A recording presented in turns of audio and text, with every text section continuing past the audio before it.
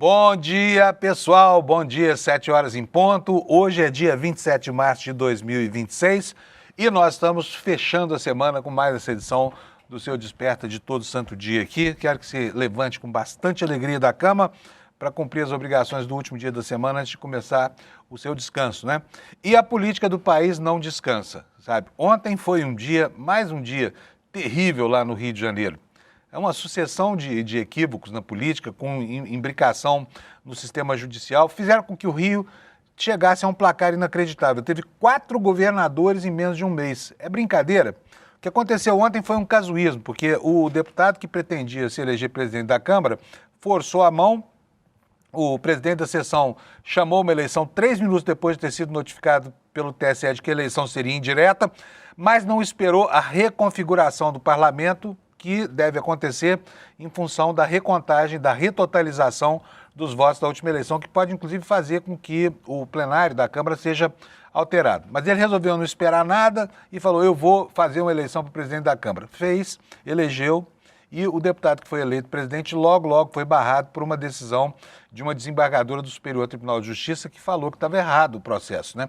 E assim o Rio de Janeiro vai, infelizmente, né, um estado, enfim, tão bem posicionado, um estado, enfim, teria todas as contas, já foi capital da República durante quase 400 anos e não se acerta com seus governadores. É inacreditável a confusão e a péssima qualidade dos políticos que a população do Rio de Janeiro escolhe para colocar à frente dos poderes executivo e também legislativo, né? Sem falar do judiciário, porque esse não passa pelo escrutínio popular. E assim, com essa palhaçada, o governador do Rio de Janeiro continua indefinido aqui. O PL queria se apropriar da vaga da presidência na Assembleia, porque esse governador interino, que vai chamar e presidir o processo eleitoral indireto, que vai indicar aquele que será o mandatário no mandato tampão, esse processo estava indefinido, né? Mas só que o titular dessa vaga vai ter a máquina na mão durante um bom período agora do ano eleitoral, né? Olha o tamanho da implicação que isso teria.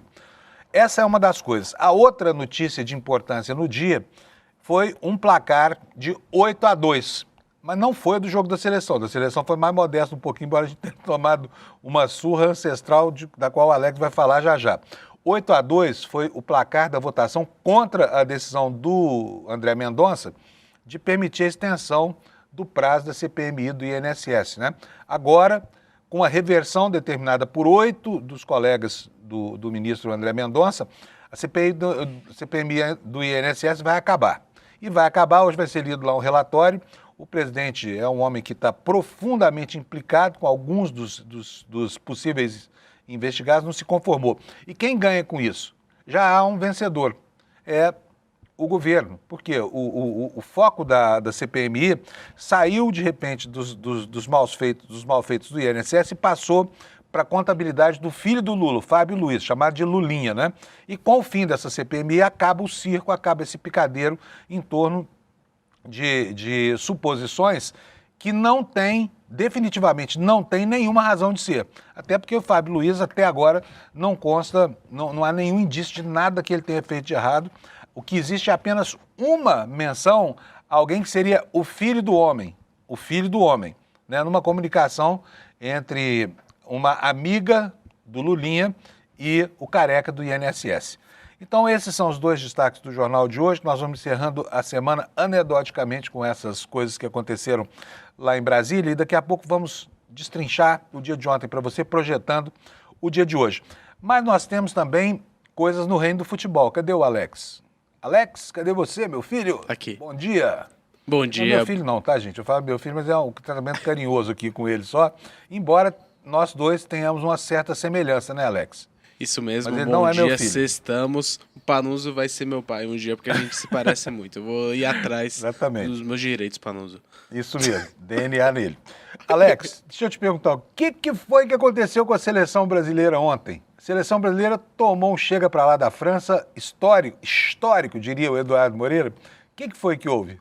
Isso mesmo, lembrando que o jogo aconteceu ontem, ali 5 horas da tarde, eu vou colocar até aqui a nossa artezinha para dar um apoio. Então, ontem Panuso colocou ali a França contra o Brasil e todo mundo meio que sabia o que ia acontecer. Eu mesmo ontem dei um placar elástico 3-0. Quase aconteceu porque a seleção francesa abriu o placar com o Mbappé ali no primeiro tempo e no segundo tempo a seleção francesa teve o Pamecano expulso após uma falta no Wesley. Nisso eu pensei que a seleção ia empatar e até mesmo virar o jogo. Nessa altura tava quanto o jogo? Tava 1-0 para a França. Uhum. Isso, 1-0. Aí teve a expulsão. Porém, com a expulsão, Panuso, a França jogou melhor que a seleção brasileira e o Ekitike, que é o atacante do Liverpool, francês, fez o segundo gol. Saúde. Desculpa, perdão. Saúde. O Ekitike, que joga no Liverpool, fez o segundo gol ali da França. E nisso eu pensei que ia ser um 3-0 também, realmente. Porém, ali no finalzinho, o Bremer, após uma 3-0 por quem? Para a França? Isso, eu pensei que você cantou esse placar ontem, você falou, vai ser 3-0 para a França. Isso. Vou torcer pela França, mas dessa vez sua mandinga não deu certo, porque a França ganhou. Né? Isso mesmo. Sim, aí no finalzinho do jogo ali teve a jogada do Bremer, que fez o gol ali de honra da seleção brasileira, porém foi... Voltei, é eu. Ah, sim, eu achei que era comigo aqui. Não, foi que era aqui. Aí com você, foi rápido.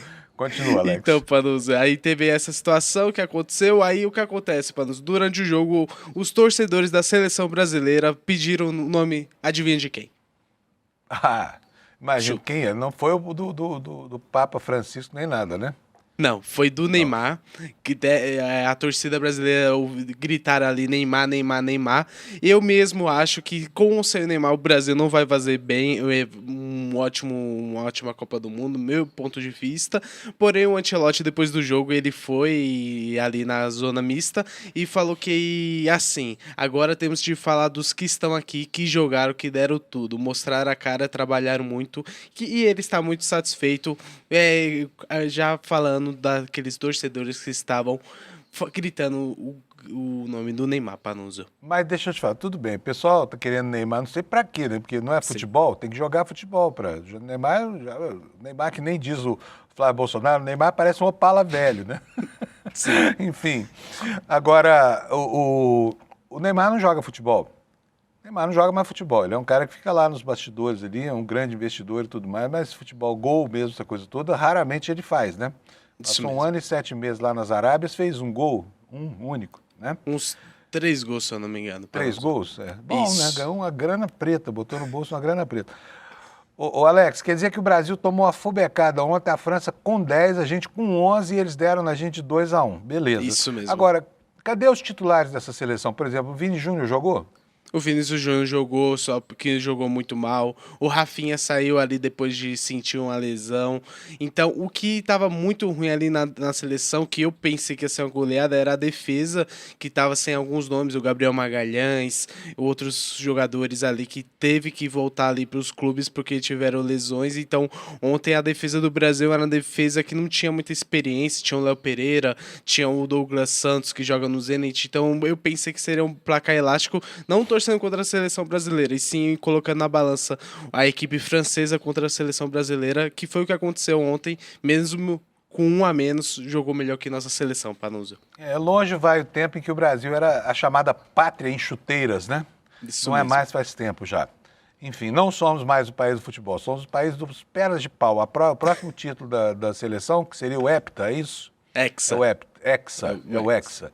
Isso então, mesmo. o Hexa, isso que o cara entende de futebol, não sabe nem quantos títulos o país dele tem. Mas, enfim, o nosso Hexa tá cada dia que passa mais longe, mais distante no horizonte, né? Porque, infelizmente, a realidade bate na porta e mostra pra gente todo santo dia que, enfim, já era. Isso mesmo. Vamos arranjar outro esporte para nós. Sei lá, temos boas equipes de vôlei, de handball, de um monte de coisa aí, né? Temos a equipe do skate, mas o futebol realmente tá difícil. Isso E mesmo. o que mais que nós temos, Alex? Eu não fiz a artezinha, porém teve alguns jogos da repescagem. Eu vou falar só da repescagem aqui da América do Sul, que é o que mais importa. Teve Aham. Bolívia e Suriname. A Bolívia ganha de 2-1 e vai enfrentar o Iraque. Lembrando que quem ganhar desse jogo vai para a Copa do Mundo. E teve também outro jogo, foi entre Jamaica e Nova Caledônia. A Jamaica ganhou de 1-0 e agora vai enfrentar o Congo. Quem vencer esse jogo, que é uma final, estará na Copa do Mundo também, Panuso. Muito bom. Tá ótimo. Para sexta-feira tá bom demais. Isso mesmo, Alex, então um sextamos. abração para você. Juízo no fim de semana, tá? E não sei o que eu tô falando, porque o Alex continua com a gente aqui. Bora. Agora, na condição de diretor de TV. Pessoal, vamos ver a meteorologia para saber como é que vai ficar? Olha, nós estamos já no outono, né? Enfim, o Sol já cruzou a linha do Equador aqui em relação à posição relativa dele em relação à Terra. Daqui a pouco a umidade vai diminuir e a gente já sente os efeitos disso no mapa da previsão do tempo, né? Vou botar aqui no mapa dos alertas. Olha, toda essa faixa leste do Brasil aqui, a área portuguesa do Tratado de Tordesilhas aí, representado por esse mapa metafórico, está livre das chuvas hoje, salvo as capitais do Nordeste, né? Então todo o leste do Brasil não chove, salvo possibilidade de chuvinha isolada nas capitais mais a leste do Nordeste, lá que está aqui, ó, Alagoas, Pernambuco, Paraíba e um pouquinho do Rio Grande do Norte. E aqui na faixa mais a oeste, nós ainda temos ocorrência de tempestades, inclusive tem um alerta aqui sobre o estado de Rondônia e outro sobre o nortão do Mato Grosso. Então nesses dois locais deve chover forte hoje, não há grandes implicações nem grandes riscos, a safra já foi colhida, está tudo certo, então não tem problema nenhum cair essa chuvarada aí. Assim o Brasil vai se despedindo das chuvas, né? Pelo menos a parte aqui subtropical vai se despedindo das chuvas que só voltam agora no final do ano. Mas esse é um processo lento, ainda leva alguns dias. E vamos ver como é que fica o tempo na capital do seu estado. Olha, sol em toda a faixa leste do Brasil, como eu falei, com temperaturas altas, tá? 34 graus lá em Porto Alegre, lá em Florianópolis 31 graus, em Curitiba 29 graus, Curitiba que a gente no inverno chama de geladeira do Brasil, em São Paulo 30 graus, no Rio de Janeiro 33 graus, em Vitória, Espírito Santo 30, Belo Horizonte 31 graus, dia quente pra caramba, nenhuma das capitais até agora com temperatura abaixo de 30 graus. Em Campo Grande também 30 graus, Goiânia 31, Brasília 25 graus Celsius.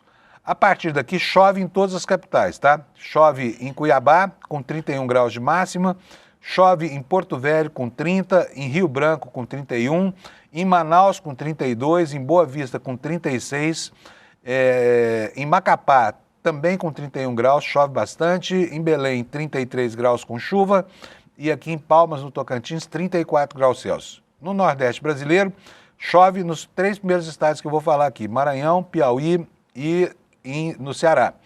Em São Luís do Maranhão, a temperatura vai a 29 graus Celsius, em Teresina também 29 graus Celsius, em Fortaleza chega a 32. As capitais onde pode chover terão as seguintes temperaturas: 32 graus Celsius em Natal, em João Pessoa 29, em Recife 30 graus Celsius, em Maceió 31, em Aracaju 32 e em Salvador 28 graus Celsius. Né? Todas essas cidades aí com potencial de que chova.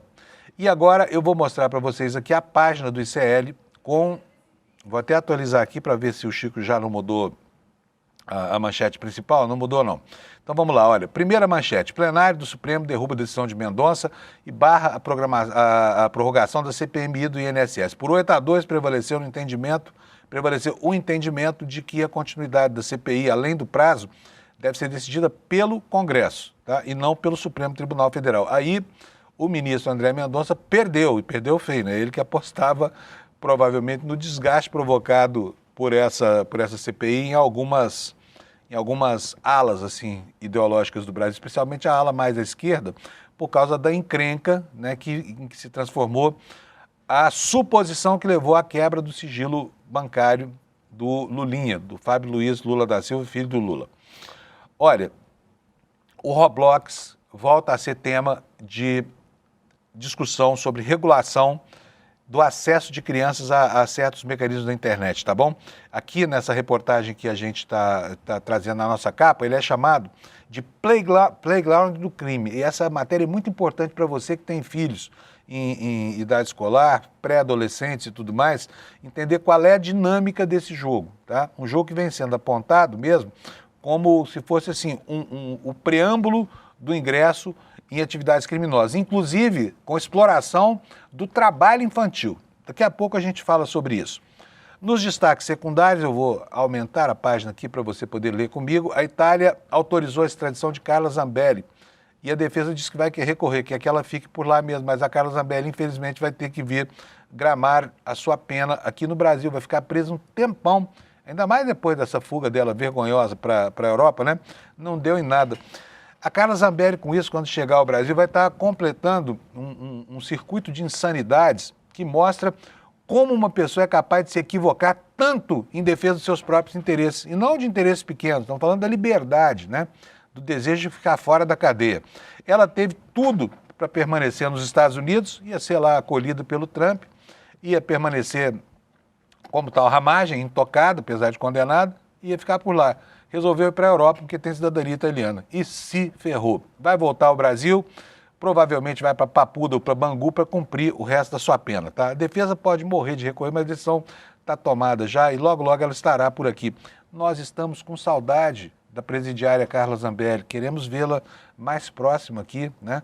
Cumprindo o seu desiderato e o seu desígnio. Bom, Forças Armadas começam a colher o que plantaram com essa história de golpe de Estado, né? E um levantamento mostra aí que nunca houve uma rejeição tão grande às Forças Armadas quanto há hoje, depois, em função do envolvimento de militares com a perspectiva de golpe, do golpe pretendido por Bolsonaro. Lá na ABIN, Agência Brasileira de Inteligência, uma guerra intestina está colocando os nervos de todo mundo à flor da pele. É um caso de assédio moral envolvendo uma ex-diretora, inclusive dos recursos humanos da ABIN. E olha que coisa mais incrível. Comissão da Mulher da Câmara tem homem acusado de ameaçar deputadas. É brincadeira. Já já a gente fala sobre isso, porque agora eu vou precisar chamar o meu amigo Kleber Lourenço, que está lá na redação esperando para entrar no ar aqui, cheio de novidades para nós. Kleber Lourenço, cadê você? Bom dia. Bom dia, Panunzio. Bom dia, comunidade do ICL. Tudo bem? Tudo beleza, Kleber? Tudo ótimo. Qual é o cardápio do café da manhã de hoje? Olha, vamos começar com algo que eu achei bem interessante ontem, uma ação liderada pelos deputados do PT, que é o habeas corpus, com tentativa de universalizar o mesmo benefício que o ex-presidente Jair Bolsonaro teve de prisão domiciliar para outros presos em condições semelhantes a ele, Panunzio. Para mim, assim, essa decisão, essa ação ordenada por eles é incrível do ponto de vista que, de fato, força a justiça brasileira a expor que, além de não obedecer os critérios de forma uniforme, também acaba optando por obedecer critérios para benefícios específicos, a depender do sobrenome dos condenados e custodiados pelo Estado brasileiro. Essa ação foi assinada, Panunzio, pelos deputados Rui Falcão, Lindbergh Farias, Pedro Czai e Raimon, e pede que o benefício seja garantido no âmbito nacional a pessoas presas com doenças graves comprovadas com mais de 70 anos, ou seja, dentro das condições e das alegações que foram dadas para a prisão domiciliar do ex-presidente Jair Bolsonaro, que eu já reiterei aqui várias vezes, acho descabida e indevida, principalmente devido ao contexto envolvendo o ex-presidente Jair Bolsonaro. E até mesmo quando falam da questão do ex-presidente Fernando Collor, que foi para domiciliar por conta de apneia do sono, algo parecido, mais uma vez, também não é comparável. Como eu disse, o Fernando Collor de Mello não foi, apesar de todos os problemas que ele tem, crimes que ele cometeu, o mal que ele causou ao Brasil e aos brasileiros, ele não foi para um regime fechado por tentar violar uma tornozeleira, ele não se escondeu numa embaixada por 2 dias com o intento de fugir do país ou avaliar uma possível fuga, enfim. Nada desses problemas foram constatados com o Fernando Collor de Mello, inclusive nem mesmo as reiteradas violações de medidas cautelares que vemos de forma tão corriqueira com o ex-presidente Jair Bolsonaro quando ele estava em prisão domiciliar, Panunzio. Pois é, a coisa começa mal parada quando essa gente, né, do colarinho branco, consegue acessar um tribunal como o Supremo Tribunal Federal, que de repente dá uma liminar inaudita, né, uma liminar sem a necessidade de ouvir o outro lado. Agora, o pobre coitado que está lá cumprindo a pena dele, porque cometeu um delito qualquer, e não tem mandato parlamentar, que não é presidente da República nem ex-presidente, fica ferrado lá, porque ele não se comunica com essa instância da justiça, né? O que faz com que a percepção do sentido de justiça no Brasil seja um negócio absolutamente falho, né, Kleber? De fato, há uma distinção no tratamento concedido a esses ex-importantes aí e aos outros presidiários, porque a rigor não há diferença nenhuma. O Bolsonaro foi condenado porque é um criminoso igual a qualquer outro, é um bandido, ele cometeu lá um crime contra as instituições, foi preso, e aí o país começa a se condoer por ele. Agora, seria bom que a extrema-direita brasileira, que pediu tanto para o Bolsonaro, prestasse atenção a isso, né? Por quê? Até por um critério de aplicação de uma isonomia de justiça social, esse mesmo tratamento deveria ser estendido, de fato, a quem está na cadeia. E eu só quero lembrar, e vou pedir para você lembrar, porque muita gente não viu. Outro dia nós falamos sobre as mães que têm filhos dentro de presídio. Crianças que nascem na gaiola do sistema prisional. Não é isso, Kleber? Isso. No ano passado eram quase 100 crianças que estavam vivendo, ou bebês, na verdade, recém-nascidos, em fase de amamentação, que estavam vivendo em estabelecimentos penais sem cometerem qualquer tipo de crime, enquanto um ex-presidente criminoso vai ficar no conforto de sua casa. Um trecho interessante dessa ação movida pelos deputados diz até o seguinte, Panuzzi, eu vou ler aqui para vocês. Cadê aqui?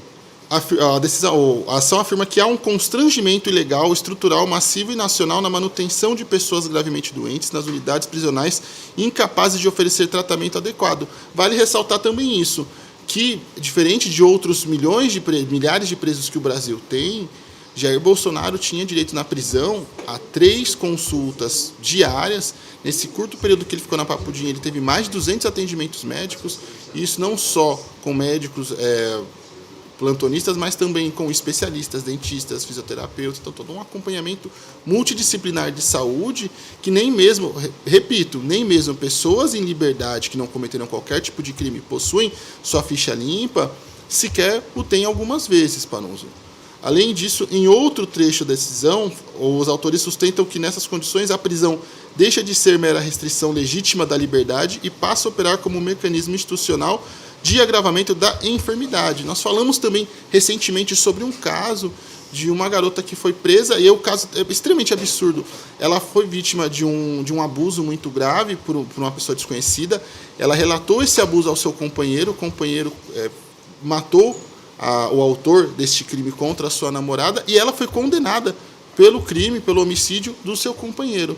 Ela sofria com um câncer grave e ficou em um estabelecimento penal, inclusive transferida para diferentes presídios constantemente, até meses antes de sua morte. Apenas alguns meses antes de morrer que ela foi transferida para sua casa na prisão domiciliar, onde acabou morrendo. Inclusive eu conversei com algumas pessoas que acompanharam o caso na época.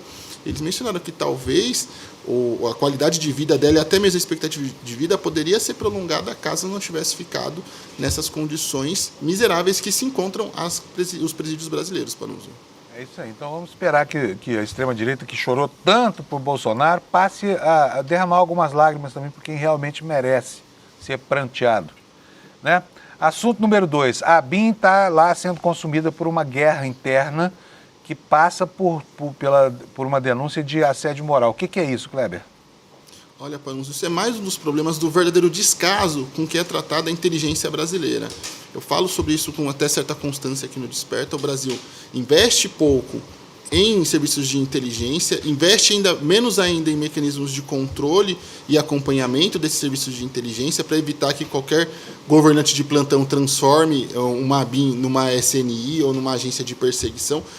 As autoridades e o Congresso Nacional também não se preocupam com qualquer tipo de legislação para que possa ser aperfeiçoado os serviços de inteligência, e aí vamos carregando essa situação miserável também que se encontra a ABIN.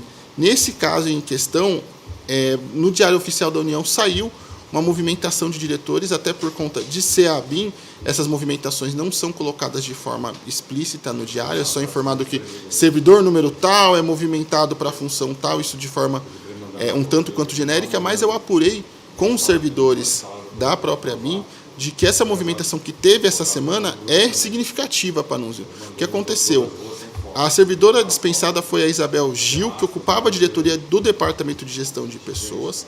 ela foi removida dessa função, ela inclusive pode ser alocada para outros quadros da agência, mas pelo que eu conversei com alguns servidores, ela também já tem tempo de casa o suficiente para ir para a aposentadoria. Mas o que acontece? A Isabel Gil, ela é uma testemunha no processo que apura denúncias de assédio e constrangimento contra corregedores da própria ABIN, na esteira daquelas investigações da ABIN paralela, que inclusive até o momento não teve uma conclusão definitiva. Nós temos ali alguns indiciados, alguns formalmente acusados, mas não temos o caso devidamente concluído. Inclusive, vale ressaltar que o atual diretor da ABIN, o Luiz Fernando Correia, foi inclusive indiciado pela Polícia Federal por atrapalhar as investigações referentes à ABIN paralela. E o governo Lula não fez nada em relação a isso. Agora nós temos essa diretora sendo removida desse cargo de gestão de pessoas e a situação segue em aberto, sem uma conclusão e sem uma apuração específica.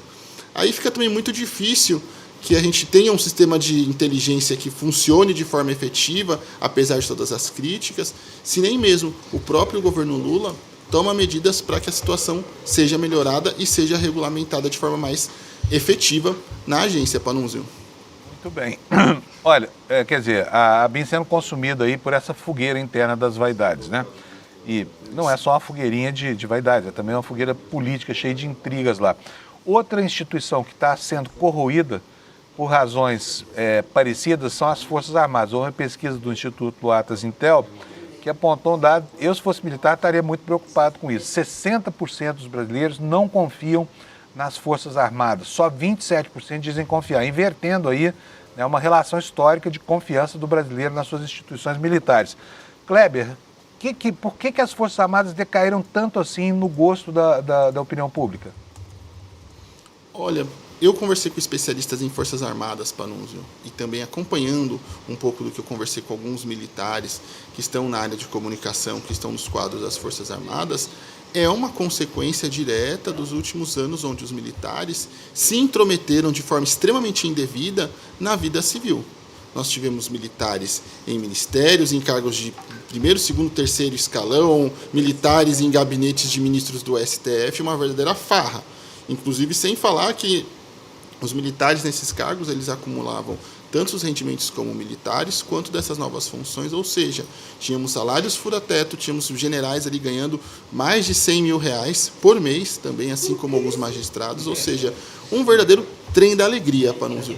Isso tudo acompanhado pelas seguidas denúncias de corrupção e até mesmo maus feitos nas Forças Armadas. Por exemplo, as Forças Armadas que eram responsáveis pelo controle das munições e das armas em todo o Brasil chegaram a fazer um controle pífio. Tivemos diversos casos durante o governo Bolsonaro de desvio de munições, uso burlo de sistemas das Forças Armadas para que conseguissem não rastrear mais munições, para que essas munições fossem para o crime organizado. Nós temos os militares, por outro lado, também que atuaram de forma efetiva na tentativa de golpe do 8 de janeiro. A gente teve aquela nota de 11 de novembro de 2022 apoiando os acampamentos golpistas.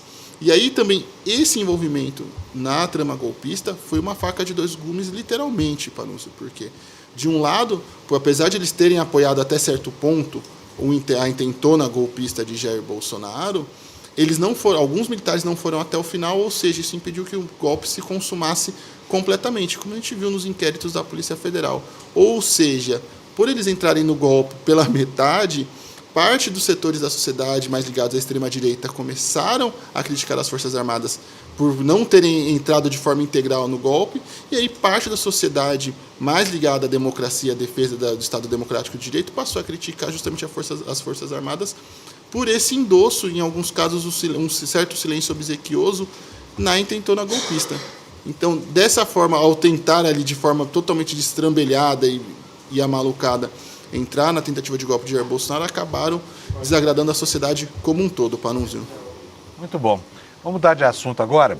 Tem um governador no Brasil que está sendo chamado de governador Teflon, né, que é o Ibanez lá do Distrito Federal. Nada cola nele. Enquanto o escândalo do Banco Master está consumindo aí corações e meios do Brasil, o governador está flanando lá. Essa tranquilidade não corresponde ao status do governador nessa investigação, porque ele está até ao talo, para não dizer até o último fio de cabelo, porque ele é calvo, né, Kleber? Mas, enfim, ele está até ao talo nessa história. E, enfim, e os elementos mostrando articulações entre várias instâncias, governo do Distrito Federal, TCU, para sabotar a intervenção no Banco Master e liquidação, começam a pulular aos olhos dos investigadores e o Kleber apurou mais uma. Como é que foi que o Ibanez coordenava, o governo do Ibanez coordenava a relação com o TCU, que afinal de contas está em tão má situação por causa do ministro Jonathan de Jesus, Kleber? Olha, Panunzio, se não bastasse aquele movimento, no mínimo estranho, desse ministro tentando ali evitar a liquidação do Banco Master, tivemos outros movimentos ainda mais estranhos, principalmente no que diz respeito àquela operação que o governo ibanês fez para tentar salvar o Banco Master através do BRB. O que acontece? Alguns técnicos, principalmente do Ministério Público do Tribunal de Contas, detectaram um uso indevido do TCU como uma espécie de ferramenta para tentar salvar essa operação de salvamento do Banco Master. Eu mandei para a nossa equipe, acho que já está com o Alex, um trecho de um dos relatórios com que eu tive acesso, que fala exatamente e chama a atenção com certa estranheza para esse movimento. Eu vou ler para a gente entender um pouquinho do que estamos tratando aqui, vocês verem também a gravidade desse caso. Nesse relatório é dito o seguinte, deixa eu só abrir aqui na minha tela, que acho que fica mais fácil de ler aqui. Vamos lá. Quer uma ajudinha? Aqui perfeito. Vamos lá. As cataratas ainda não chegaram. Mas vamos lá.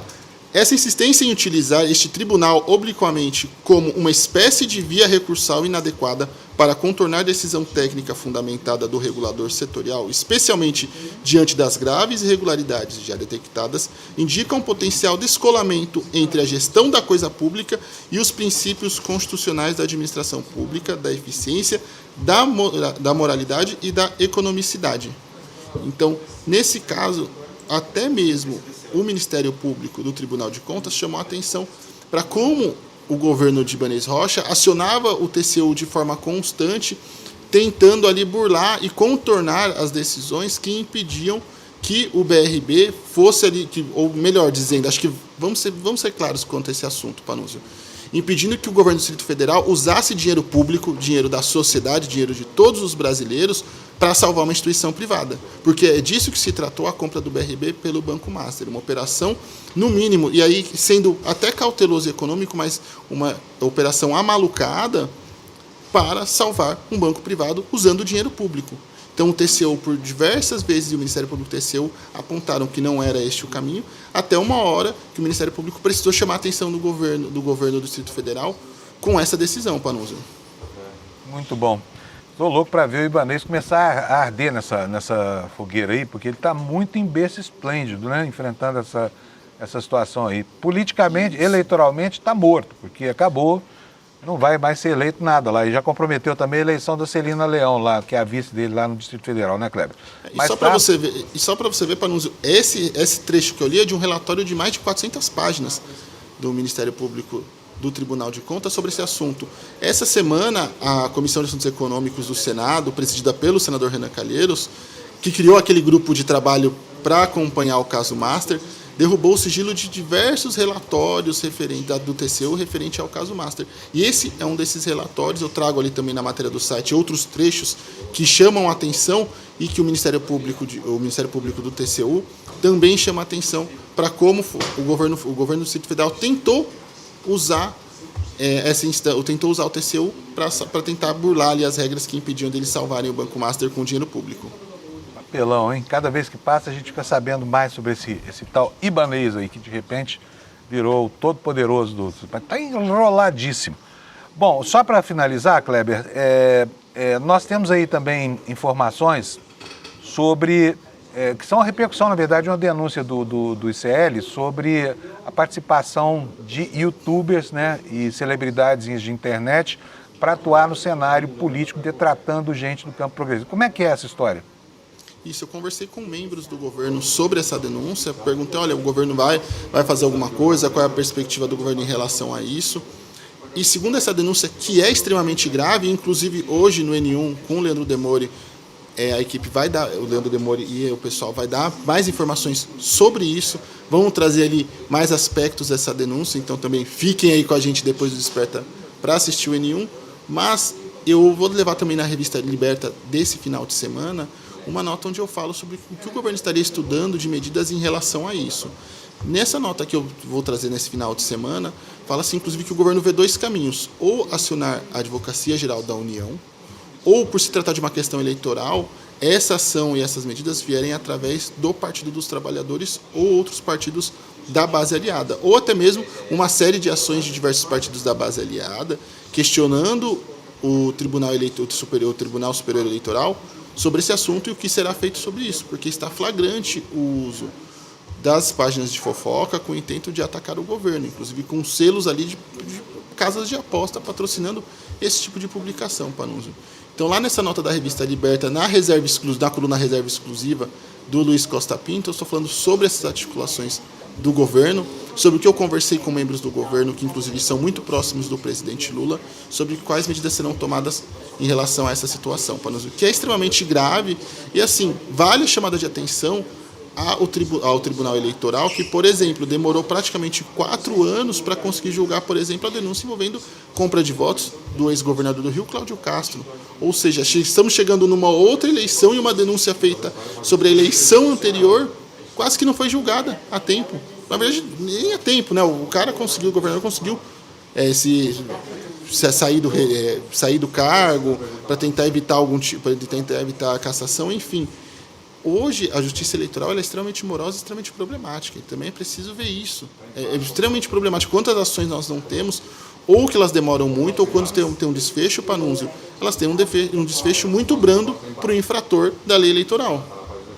Pois é. E olha, isso tudo é só mais um ingrediente para a gente mostrar a barafunda em que a gente está metido com essa nova comunicação aí da internet. Vocês podem ver que vigaristas tem toda a internet, né? O que a gente só não sabia é como é barato recrutar esses vândalos da informação para detratar, para espalhar notícia falsa, para atrapalhar a investigação em curso contra a instituição bancária que distribui dinheiro por aí. Eles estão em todo lugar. Então, eles estão na campanha eleitoral ao mesmo tempo em que estão no escândalo do Banco Master, né? Há uma conexão muito forte entre a vagabundagem na internet em nome de uma comunicação pretensamente livre e, inclusive, livre de comprometimento, que é mentira, tá? É mentira. Muito difícil para a pessoa, para o cidadão comum hoje, saber em quem é que pode confiar na internet. Porque aquela fala que parece uma coisa desprovida de outro sentimento, que não o da necessidade de informar o público, pode ser uma arapuca para a sociedade, especialmente em ano eleitoral, né, Kleber? Isso. Vamos ver como é que vai ser agora a condução da Justiça Eleitoral em relação a esses casos. E assim, nós temos também as questões de vídeos feitos com inteligência artificial, áudios produzidos com inteligência artificial, artes, fotos e todo tipo de recurso multimídia feitos com inteligência artificial. E também temos a velha e conhecida máquina de notícias falsas e desinformação, que opera já há anos também de forma praticamente impune no processo eleitoral brasileiro e que também é um risco e uma ameaça à democracia. Como a gente viu nos anos Bolsonaro, havia uma central de coordenação do trabalho de produção de fake news no Brasil, que era o gabinete do ódio. Agora não, é o gabinete da picaretagem mesmo, porque a picaretagem explícita tomou conta da internet. A gente sabe agora que se pode alugar aí a pena não, né? A fala de um influenciador por um preço vil. Né? Funciona pra caramba, para conturbar o ambiente político, economia e tudo mais. Gravíssimo. Kleber, olha, obrigado por você. Bom fim de semana para nós. A gente se encontra aqui na segunda-feira, né? Isso, na segunda-feira. E nesse final de semana não percam também, vejam lá na revista Liberta, na coluna Reserva Exclusiva, essa apuração, assim como outras muito interessantes que vamos ter no final de semana. Não vou falar mais sobre isso, porque senão vou acabar dando spoiler sobre o conteúdo excelente que nós temos na revista desse final de semana. Muito bom, tá ótimo. Olha, um abração para você então. A gente se encontra aqui na segunda-feira. Bom fim de semana para você, Kleber. Obrigado, viu? Bom, gente, vamos continuar aqui com o noticiário. Já nós vamos ter o Lula. Aliás, eu vou chamar o Lula já, que já está atrasado, e o Lula tem tanta coisa para falar hoje que se não entrar logo, a gente não consegue, né, Lula? Bom dia, meu caro companheiro, tudo bem? Bom dia, Fábio. Bom dia quem nos ouve, quem nos assiste. E, enfim, esse homem sem ponto final, que é o Kleber Lourenço, né, saiu, né, do Desperta. Para você poder entrar, né? O Kleber é um fenômeno, um prodígio com informação, né, Lula? Ele é incrível como apurador. Ô, Lula, vamos lá. Olha só, deixa eu te fazer uma pergunta que não estava no nosso roteiro, mas é muito importante. O que está acontecendo no Rio de Janeiro não se escreve. Como é que a gente pode entender uma palhaçada atrás da outra dessa, com tanta gente brincando com as instituições e com a política? Perdeu completamente o eixo da seriedade o político fluminense, carioca, especificamente, né? Fábio, é espantoso o que ocorre no Rio o segundo maior colégio eleitoral do país. O Rio de Janeiro é o segundo maior colégio eleitoral do país e é espantoso o que está acontecendo nesse momento.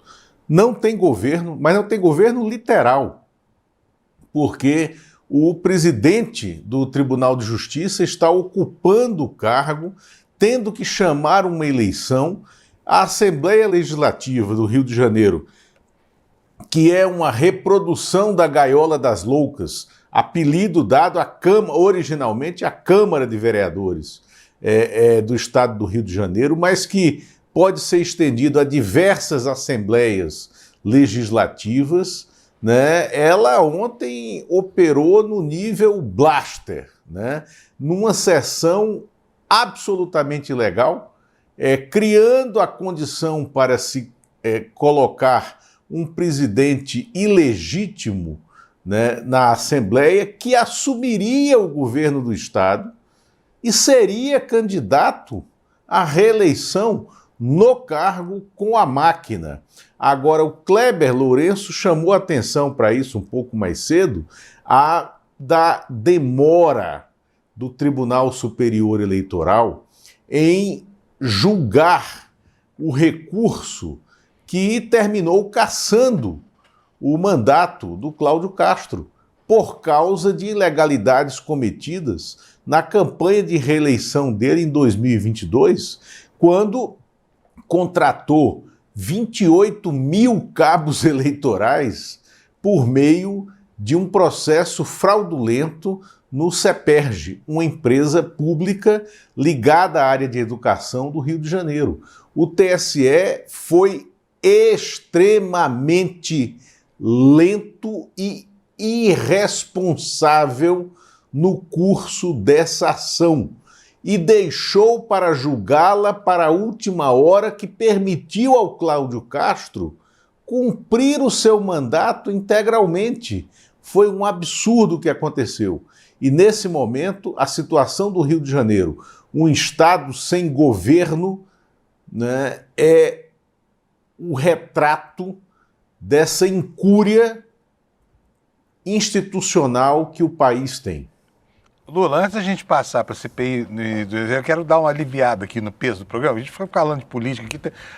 Há que endurecer-se, pero sem perder la ternura jamás. Então, o que eu vou mostrar para você uma cena engraçada que aconteceu ontem, em que o Lula deu uma catracada no Flávio Bolsonaro, que eu gostei de ver. O Lula estava inspirado, viu? Só para a gente dar uma respirada, depois a gente volta para o assunto da política. Roda para nós, Alex. Olha, a história é em torno de carro velho, tá bom? Não vou falar nada, não. O Flávio Bolsonaro deu uma no Lula, o Lula devolveu duas nele. Põe para nós, Alex, por favor. O Lula é um produto vencido de verdade. Se comparar o Lula a um carro, ele é aquele Opala, velhão, marcha, câmbio manual, já foi bonito, mas hoje não te leva para lugar nenhum e ainda bebe pra caramba. Outro dia o filho do Bolsonaro disse assim, o Lula é um Opala velho. Quando ele fala assim, eu não me ofendo, porque eu tive um Opala 94, turbinado. Se ele conhecesse o meu Opala, ele não falava, ele fala, porque o Opala dele é o pai dele, que está no desmanche. Então ele fala. O Opala que ele conhece é o pai dele. Sabe? Ele não sabe o que é o Opala turbinado. Ele não sabe. Então, gente, é o seguinte. Eu vou dedicar esse meu período para mostrar o que é esse país agora. Muito bom, né? Agora, o Opala, velho, quem tá no desmanche mesmo é CPI do INSS, né, Lula? Essa tá no desmanche mesmo, né? Hoje ela vai a CPI começar do a ser desmanchada. Isso. Né? Primeiro é o seguinte, de fato o Lula foi muito feliz nesse comentário, nesse xiste, né? Porque certamente o Flávio Bolsonaro nunca andou num Opala, né? O meu pai, né, teve 2 Opalas, né, no tempo em que Opala era o grande carro nacional, e era um carro espetacular. Aliás, eu acho que foi em Opala que eu aprendi a dirigir. Bati algumas vezes, era resistente, né? Então era um grande carro, né? E nunca foi para desmanche, né? Porque era um carro que pegava no tranco, que era uma beleza. E eu acho que o Lula está pegando no tranco, está entrando em ritmo eleitoral, né, à medida em que vai se tornando impossível, né, a troca de personagem contra ele na cena política. Porque, vejam bem, no próximo sábado, sem ser amanhã, o outro, né, sábado, dia 4, sábado de Aleluia, se encerra o prazo para que os governadores que eventualmente queiram ser candidato a outro cargo, como a presidente da República, deixem os seus mandatos. Então, no dia 4, o Tarcísio de Freitas, que ainda há gente que insiste para que ele seja o candidato do bolsonarismo contra o presidente Lula, se ele ficar no cargo, não poderá ser candidato a presidente. E aí o Flávio Bolsonaro vai começar a experimentar o fim dessa fase em que ele está em cima do palanque, fazendo provocações sem ser chamado às falas e explicar as suas inconsistências, as suas fraquezas e as suas associações com o crime, com as milícias. Com crime no Rio de Janeiro, esse estado que é isso que nós dissemos aqui mais cedo, Fábio. Mas vamos falar de CPMI do INSS, que é o grande fato dessa sexta-feira, né? Daqui a pouco começa no Congresso Nacional a sessão de leitura do que nunca foi escrito, né? O relatório final da CPMI do INSS, essa CPMI que virou um circo, né? Essa CPMI que foi usada para objetivos políticos, o último deles foi perpetrado anteontem em Maceió, quando o relator da CPMI, esse deputado Alfredo Gaspar, recebeu o controle do PL, o controle estadual do PL, em associação com o Arthur Lira, e agora o que se fala lá em Alagoas é que ele concorrerá ao governo do estado,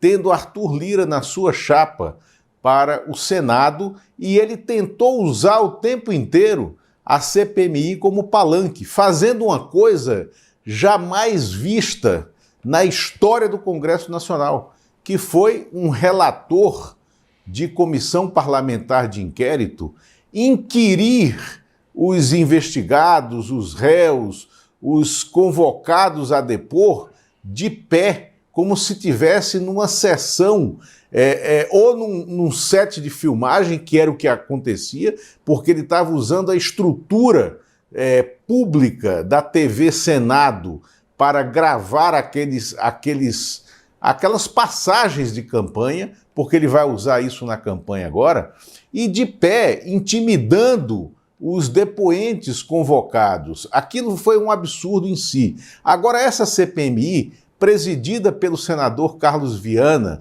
que é um mensalista da Igreja Evangélica Lagoinha, né, que foi o epicentro, né, da união negocial entre Daniel Vorcaro e Fabiano Zettel, que protegeu a quebra de sigilo dos entes ligados à Lagoinha e também protegeu o Daniel Vorcaro, o Fabiano Zettel e outras personagens ligados a esse escândalo de corrupção absurdo, e perseguiu os seus adversários políticos sentado na cadeira de presidente da CPMI, né, ele também ficou exposto. E essa CPMI, que foi ontem, de maneira correta, de maneira transparente, impedida de continuar por uma decisão de 8-2, foi uma goleada, como você falou aqui mais cedo, 8-2 no plenário do Supremo Tribunal Federal, ela hoje exporá ao país os seus maus bofes, os maus bofes de um parlamento desqualificado, né? Porque não há relatório de fato feito por essa CPMI que não investigou, que fugiu ao seu princípio, que vazou relatórios de quebra de sigilo bancário, de quebra de sigilo tributário, né, que fez as mais diversas ilegalidades. O ministro Flávio Dino, no voto dele ontem no plenário do Supremo, ele perguntou aos colegas de tribunal: quem de vocês já deferiu 1.002 quebras de sigilo ao longo da vida de magistrado?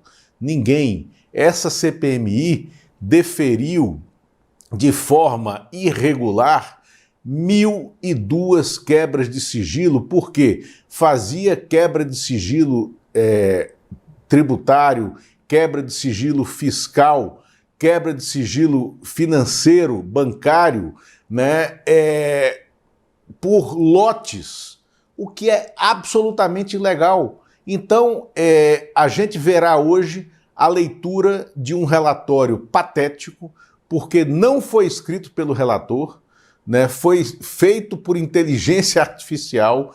Esperem e verão.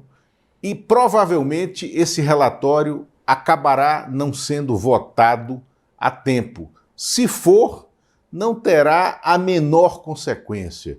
E isso me lembra, Fábio, eu quando estava olhando o que vai acontecer, eu estava me lembrando da CPMI do caso PC Farias em 1992. Aquele relatório final, que é brilhante. Aliás, você sabe como é que abre, qual é a epígrafe do relatório final da CPI do caso PC? Nós estamos tendo um probleminha aqui com a transmissão do Lula. Vamos esperar normalizar aqui. Normalizou, Alex? Se normalizar, bota ele de novo, fazendo favor. Não normalizou? Então, acho que nós perdemos o Lula. Se der... Fala, Alex, diga para mim. Tá tudo certo lá com ele? Voltou, tá bom. Então bota o Lula na tela. Desculpa, Lula. Então vou ser bem rápido para encerrar. A epígrafe da CPI do caso PC era João 8:24. Conhecereis a verdade e a verdade vos libertará. A epígrafe da CPI do PC. E o relatório final da CPI do PC tinha como revisor Antônio Ays. Antônio Ays, o filólogo, foi o revisor do relatório final, um relatório feito com um olhar sobre a Constituição, com um olhar sobre o regramento jurídico nacional, para determinar as ilegalidades cometidas pelo ex-presidente da República. Então, ser parlamentar dá trabalho. E não é produzir esse circo que foi produzido pela CPMI do INSS, Fábio. Pois é, aqueles tempos eram tempos muito diferentes dos de hoje, né? A gente já achava ruim a qualidade parlamentar da época, mas se a gente soubesse que viria por aí, a gente teria mandado congelar o tempo, né, Lula? Porque ficou muito difícil. Lula, olha, obrigado. Gente, eu tenho que dar uma notícia para vocês aqui, rapidinho. Nós vamos ter o Lula agora nas quartas-feiras também, sabe? Achei isso muito bom. Eu sei que vocês adoram o Lula. O Lula é uma pessoa que informa a gente muito bem. Vocês ficam sabendo de tudo que acontece com uma precisão incrível lá em Brasília. Então, Lula, fiquei muito feliz quando a gente conseguiu isso, tá? E já vou antecipar que eu quero você todo dia aqui. Todo dia. Segundas, quartas e sextas, a princípio, a partir da semana que vem. Obrigado, isso, Fábio. Um abração para você, Lula. Tchau, tchau. Tchau. Não é o máximo, gente, nós vamos ter o Lula aqui mais um dia por semana, vai aumentar 50% a participação dele no nosso noticiário. E eu tenho aqui uns minutinhos, vou mostrar para vocês aqui algumas coisas interessantes do noticiário internacional primeiro. Sobre a guerra, hoje nós vamos falar sobre coisas bizarras que acontecem, né, no centro de poder do mundo. Olha só como o presidente dos Estados Unidos tá doido, não há outra explicação para isso, né? Quando eu falo doido aqui, eu não estou injuriando, não é isso não. Tem muitos médicos hoje nas redes sociais dizendo para os políticos americanos que o Trump está com um quadro chamado demência frontotemporal, um quadro muito comum em idosos. E essa demência frontotemporal faz com que a pessoa perca, né, toda a repressão moral, ele não tem mais barreira, ele vai fazendo o que ele quer e acaba fazendo uns absurdos. Olha só o que foi que o Trump fez ontem, lá, manchete do UOL. Trump diz ter sido informado pela CIA de que o novo líder do Irã é gay. Olha como é que esse cara trata o inimigo da guerra que ele inventou, né? Donald Trump diz que foi informado pela CIA de que o novo líder supremo do Irã, que chama Mojtaba Khamenei, é gay. Declaração do presidente dos Estados Unidos feita durante entrevista à Fox News. Trump fez a declaração ao ser questionado pelo apresentador Jesse Waters durante uma entrevista exibida ontem, quinta-feira. O que ele falou? Ele falou, bom, eles disseram isso, mas não sei se foram só eles. Acho que muita gente está dizendo isso, que lhe dá uma má vantagem inicial naquele país. Ou seja, quer resolver uma guerra com base em injúria, né? É um absurdo, por causa da surra que os Estados Unidos estão tomando lá. O Trump louco para terminar a guerra e não consegue. E agora, no New York Times, olha só o outro absurdo. Trump convoca uma reunião, tá lá Pete Hegseth, a galera dele toda, né? E falando sobre a guerra. De repente ele começa a fazer um discurso sobre a caneta que ele usa para assinar os decretos, aquela caneta de ponta porosa, chamada Sharpie, é o nome da caneta, custa $5, segundo ele, tá? E por que foi que ele falou isso? Ele falou, então estava lá uma reunião seríssima, tratando de guerra, de tudo isso, e aí o Trump resolve parar e falar assim, olha, matéria da Linda Kiel, repórter de Washington, né, da capital dos Estados Unidos, do New York Times. O presidente Trump reuniu seu gabinete na quinta para discutir a guerra do Irã. Ele também aproveitou o momento para entreter os principais assessores com uma longa digressão sobre a sua ferramenta de escrita preferida, a caneta Sharpie.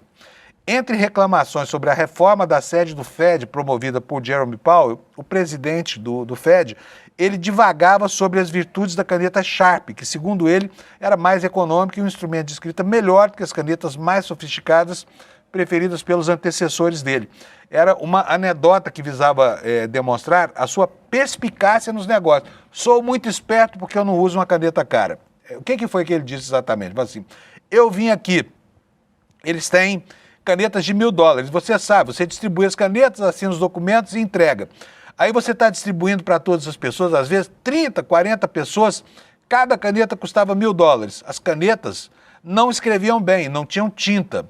E aí ele mostrou a canetinha Sharp dele e disse o seguinte, ó, resumindo, canetas são melhores.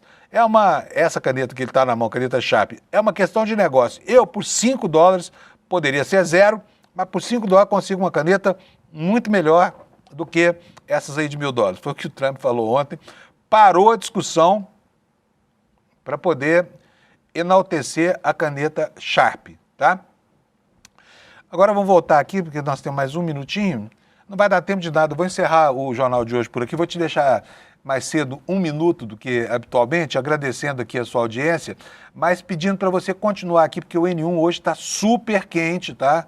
Daqui a pouco os nossos talentos, né? O Demório, o Deluca, a Vivi e os nossos convidados vão mostrar para vocês tudo que a gente revelou aqui rapidamente no Desperta, aprofundando essa discussão, tá bom? Então não perca, já vem aí. Agora, antes de ir embora, eu preciso pedir para você para considerar mais uma vez, cancelar a sua agenda às 8 horas da noite do dia 31, semana que vem, para poder acompanhar isso que o ICL vai botar no ar, tá bom? Um documentário explicando exatamente qual é a dimensão desse escândalo mega de corrupção lá no Banco Master e todas as ramificações e implicações. Ele será conduzido pelo Eduardo Moreira, vai ser na terça-feira, às 8 horas da noite. É tão complexo que eu tenho certeza que você tem dúvidas sobre esse caso, né? E aí, para conseguir, você já sabe, para conseguir o seu ingresso, você vem aqui no despertaicl.com.br, é de graça para todo mundo, não precisa ser da nossa comunidade, não precisa ser apoiador nem nada. Vem assistir com a gente esse documentário para se inteirar melhor sobre o que se passou, né, nos escaninhos desse escândalo horroroso chamado escândalo do Banco Master, tá bom?